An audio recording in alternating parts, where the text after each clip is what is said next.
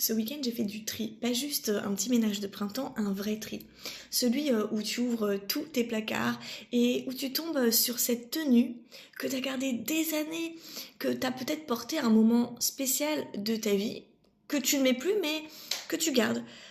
Tu l'utilises pas mais la garder, ça symbolise pour toi quelque chose. Et tu sais quoi? On fait exactement la même chose en nous. On garde des souvenirs, des émotions, mais aussi des certitudes, des convictions, des pseudo-vérités qu'on s'est construites pour survivre à un moment de notre vie et qu'on continue à porter. Même quand elles nous servent, nous freinent et ne correspondent plus à qui on devient. Donc tu t'accroches à des croyances comme à cette robe par exemple que tu ne mets plus parce qu'un jour elle t'a servi, elle t'a donné confiance, elle t'a tenu debout.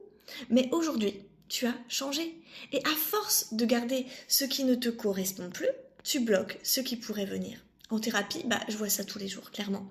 Des gens qui avancent avec des convictions figées, des certitudes sur eux-mêmes ou sur la vie qu'ils n'osent pas remettre en question par peur de se trahir, par loyauté à une ancienne version d'eux-mêmes.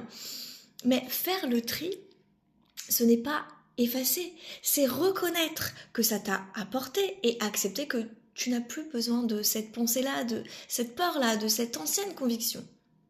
C'est te dire merci de m'avoir protégée, merci de m'avoir portée, mais je suis prêt à passer à autre chose. Et à ce moment-là, tu crées de la place. Pas juste dans ta tête, dans ta vie. Tu fais de la place à une nouvelle expérience, à une nouvelle version de toi, à des relations plus justes, à des pensées plus souples, plus vivantes. Alors, je te pose la question, qu'est-ce que tu continues à garder en toi? Non pas parce que ça t'élève, mais parce que tu n'as pas encore osé t'en détacher pour ce qui est juste pour toi maintenant.